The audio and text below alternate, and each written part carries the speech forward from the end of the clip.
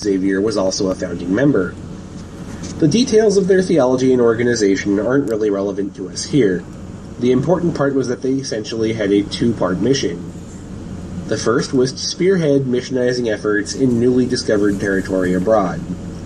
The second was to help lead the Counter-Reformation, an effort at the internal reorganization of the Catholic Church designed to counter some of the issues that had led to the formation of and support for Protestantism. The Jesuits were an extremely exclusive order and demanded the best in terms of intellectual ability from their members. To this day, Jesuit schools remain some of the finest parts of the Catholic educational system. Anyway, Xavier was one of the best missionaries in the order, and had gone with a large contingent of missionaries to Asia. The Jesuits were already very active in China, where they hoped to begin converting the Chinese aristocracy and imperial family, who would then take charge of the conversion of the masses. The way in which they did so was quite interesting. Rather than simply condemning Chinese traditions as barbarous, the Jesuits took time to understand them, and to draw parallels between native Buddhist and Confucian institutions and those of Christianity.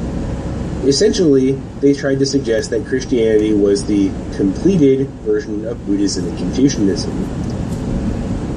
In doing so, by the way, they also undertook the first serious studies of Chinese intellectual history. Being Catholic priests, they did so in Latin, which is why to this day the Confucian thinkers Hongfuzi and Mengzi are known in English as Confucius and Mencius. Anyway, the Jesuits were proving popular in China, though more because they were useful to the Ming. Aside from their religious educations, the Jesuits also received excellent practical ones, and were thus very useful for their technical knowledge. However, very little progress was being made in terms of converting China. When Xavier heard of Japan, though, he became convinced that this new land held possibilities. With Anjiro, another Japanese expatriate whose name we do not know, a Chinese convert to act as an interpreter, and a cadre of other Jesuits, in 1549, Xavier set out for Kagoshima to convert the Japanese. Next week we'll talk about his mission, its effects, and the subsequent high watermark of Christianity in Japan. That's all for this week. Thank you very much for listening. For more on this week's episode, or any other episode, to submit ideas for future episodes, or to weigh in on what you think about the idea of adding ads to the show, check out the podcast webpage at www.historyofjapan.wordpress.com, or our Facebook page at facebook.com/historyofjapan. Thank you all for listening, and I'll see you next week.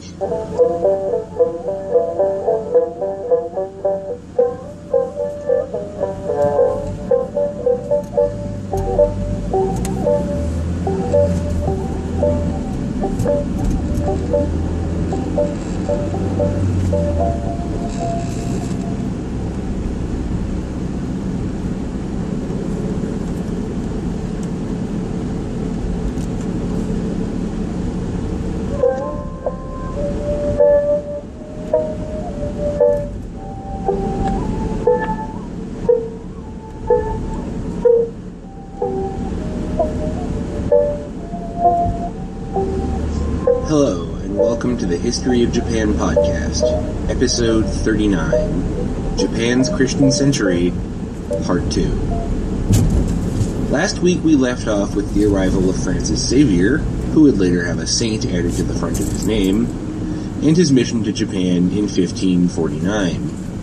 St. Francis and his companions had arrived in a new and foreign land, with an eye towards winning converts for Roman Catholicism. They had had some fairly substantial successes early on with the lower classes, and were able to baptize several hundred new converts in cities throughout Kyushu. Xavier himself was much impressed with the Japanese. He also has the dubious distinction of probably being the only foreigner in history to describe the Japanese language as, quote, not very difficult to learn. He described the Japanese people as such in a letter back home. So I right Quote, through that red light. The Japanese are very ambitious of honors and distinctions, and think themselves superior to all nations in military glory and Here's a valor. suggestion. They prize and honor all that has to do with war, and in such things there is nothing of which they are so proud as of weapons adorned with gold and silver. They always wear swords and daggers both in and out of the house, and when they go to sleep, they hang them at the bed's head. In short, they value arms more than any people I have ever seen. They are excellent archers and usually fight on foot, though there is no lack of horses in the country. They are very polite to each other, but not to foreigners, whom they utterly despise. They spend their means on arms, bodily adornment, and on a number of attendants, and do not in the least care to save money. They are, in short, a very warlike people, and engaged in continual wars amongst themselves, the most powerful in arms bearing the most extensive sway. They all have one sovereign, although for 150 years past the princes have ceased to obey him, and this is the cause of their perpetual feuds. Xavier also explained in a letter back to the Jesuit headquarters in Europe that he was having some difficulties communicating the Christian message in Japan. Quote, "The people were greatly astonished on hearing it said that there is one sole author and common father of all souls by whom they were created. The astonishment was caused by the fact that in their religious tradition there is nowhere any mention of a creator of the universe. If there existed one single first cause of all things, they said, surely the Chinese, from whom they derived their religion, must have known it. For the Japanese give the Chinese the preeminence in wisdom and prudence in everything related to either religion or political government. They asked us a multitude of questions concerning this first cause of all things, whether he were good or bad, whether the same first cause were the origin of good and evil. We reply that there exists only one first cause, and he was supremely good, without any admixture of evil. This did not satisfy them. They considered the devils evil by nature, and enemies of the human race. Therefore God, if he were good, could never have done such a thing as create beings so evil. To these arguments we replied that the devils were created good by God, but became evil by their own fault, and that in consequence they were subject to eternal punishment. They objected that God